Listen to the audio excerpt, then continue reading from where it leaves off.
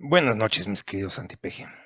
Si algo hemos visto en estos meses con Andrés Manuel López Obrador y el partido Morena, es la hipocresía que manejan, tanto con los personajes asociados a la mafia del poder que están dentro de su gabinete, dentro de su propio partido político, como también la hipocresía de esta llamada austeridad republicana que ahora los senadores y diputados de Morena decidieron pues que no se van a bajar los sueldos por el momento.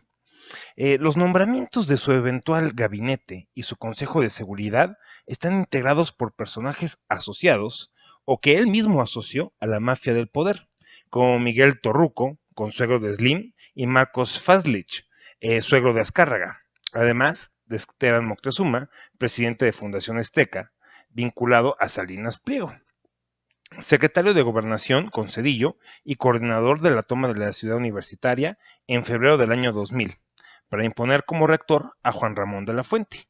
Víctor Villalobos, gestor de Grupo de Control de Granos y asociado a empresas transgénicas, como también lo ha sido Alfonso Romo, jefe de su proyecto de nación. Entre otros, también está Josefa González Blanco Ortiz, familiar de un gobernador priista de Chiapas y del secretario de Hacienda en 1958 hasta 1970, Antonio Ortiz Mena. Javier Jiménez Espiriu, exsecretario general de la UNAM, con Soberón, actuó contra la huelga de el Estunam, acusando del delito de despojo, por lo que la policía ocupó las instalaciones de la UNAM el 7 de julio del 77. Además, ha sido subsecretario de Comunicaciones y alto funcionario de Pemex en distintos gobiernos priistas. Finalmente, Alfonso Durazo, nombrado eventualmente secretario de Seguridad, con la trayectoria de servicio como secretario privado, tanto de Luis Donaldo Colosio como después de Vicente Fox, lo que de por sí no necesita comentario alguno. Es decir, la mafia del poder está en Morena y pues lo único que puedo deducir de esto es que Andrés Manuel López Obrador es el nuevo dirigente de la mafia. A esta lista hay que añadir a varios destacados integrantes de Morena o simpatizantes de Andrés Manuel, como Jacob Poletsky, ya reconocida por, digámoslo así, sus, sus pláticas en el foro de Sao Paulo sobre cómo México debe de integrarse a la revolución bolivariana. Entonces, esta actual presidenta de Morena y antes Canacintra, también tenemos a Manuel Bartlett, secretario de Gobernación durante el fraude del 88 y luego titular de Educación con Carlos Salinas de Gortari. Laida Sansores, hija de Carlos Sansores, presidente del PRI, ambos caciques en Campeche y muchísimos más de reciente y larga militancia en el PRI o integrantes de grupos o caciques en casi todos los estados y municipios del país. Es decir, vamos a decir las cosas tal cual son. Todos estos caciques, integrantes, muchos de ellos de la mafia del poder, como así les decía Andrés Manuel, de sindicatos municipales, sindicatos que siempre y toda la vida trabajaron con el PRI, siempre fueron priistas, pues ahora resulta que se fueron para Morena. Entonces es imposible separar lo que es Morena actualmente de lo que fue el PRI atrora. Entonces, el asunto no se queda solamente con este tipo de personajes. Además, AMLO anunció una política de militarización para la seguridad pública. El resto de su propuesta es una especie de echeverrismo tardío. Con estos personajes, ¿ustedes creen que se puede llevar una política para combatir a la supuesta mafia del poder? ¿O Morena se convirtió en la nueva mafia del poder y Andrés Manuel su nuevo líder? Lo preocupante de esta nueva mafia es que el poder se está concentrando en un solo hombre, algo que no sucedía desde el PRI de los 70s y 80s. En pocas palabras, es una dictadura con fachada de república.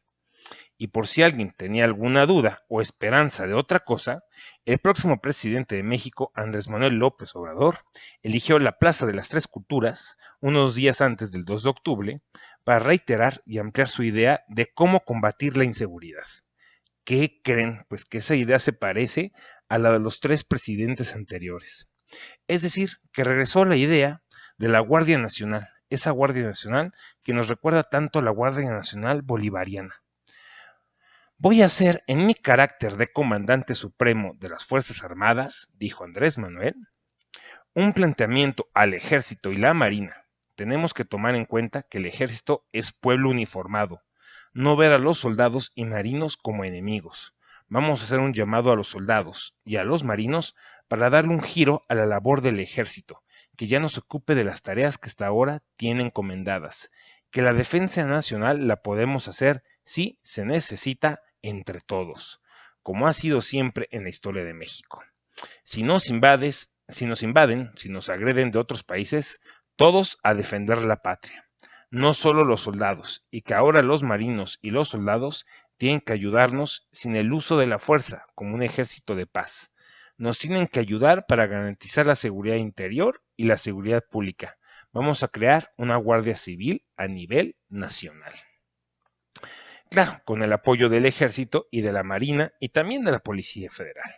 Vamos a unir estas corporaciones en una Guardia Nacional, donde se va a limitar el uso de la fuerza y se van a respetar los derechos humanos, y de esta manera vamos a garantizar la paz y la tranquilidad en México.